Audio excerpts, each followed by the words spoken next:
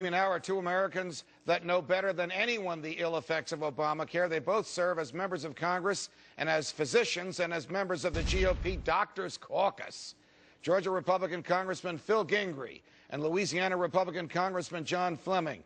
Congressmen, physicians, welcome to Freedom Watch. Congressman Gingrey, to you first. What are the chances that Obamacare can be undone by a Congress hearing the voices of the American people in a number that is approaching 2/3 of them, that they don't want this? Even the labor unions don't want it. Even the small business people who are liberal Democrats don't want it. Well, Judge, absolutely, I'm not celebrating this one-year anniversary.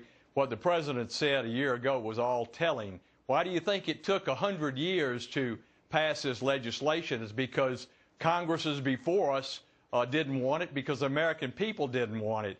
And the president also said after all votes were counted, well, they were counted under that trick of reconciliation where you didn't need the 60 votes. So today is not a day to celebrate, certainly not for my governor in Georgia and probably not for 49 other governors. This is a mandate on the states that they can't afford, those states that have to have a balanced budget in their Constitution.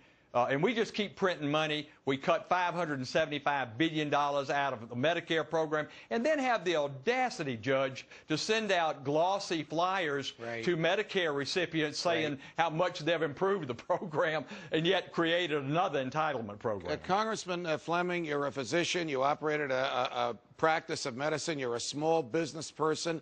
Tell us how this affects physicians like you were before you became a member of Congress and small business folks, well-intended small business folks around the country.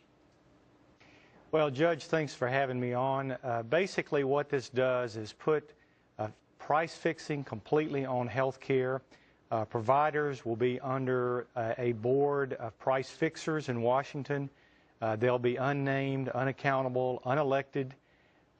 They will be making decisions over providers' lives, over individual citizens' lives. It'll create, over time, greater shortages, higher counts in emergency rooms.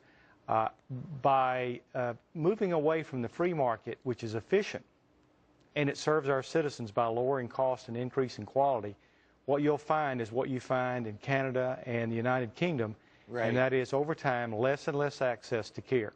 Congressman Gingrey, does the president understand the Constitution, or does he think that he can write any law, regulate any behavior, and tax any event that he wants? I think the latter, Judge. I think he and Eric Holder are smoking something funny when they interpret the Constitution and the Commerce Clause to say that you can require people to engage in commerce. If that's true, they'll have me eating broccoli next year, and I certainly don't want to do that. And we've got to stop these we've got to defund it. You asked me the question earlier, can we stop it? Judge, we can. But at the same time, we have got to stop these unfunded mandates then that would continue on the backs of our states and our citizens paying state taxes as well as federal taxes. So we need to really get rid of this monstrosity. Congressman Fleming, we only have about 30 minutes. I've already asked Congressman Gingrey this question on another show, and he's already told me he will never vote to raise the debt ceiling because he doesn't trust how the president would spend the money. When you are asked in a couple of weeks to give the president the power to borrow more money, stated differently, to raise the debt ceiling, how will you vote? Judge, the only way I would vote to raise the debt ceiling is if we had things significant and substantial, such as a amendment to balance the budget or complete repeal of Obamacare. There you go. It would have to be something that would have such a high priority that it would be something that even I would be willing to raise the debt ceiling on. Congressman Gingrey, Congressman Fleming, thank you very much for joining us. And, Judge, I agree with Dr. Fleming on that point. I'm sure you do. Thank you, gentlemen. But how should we reform America?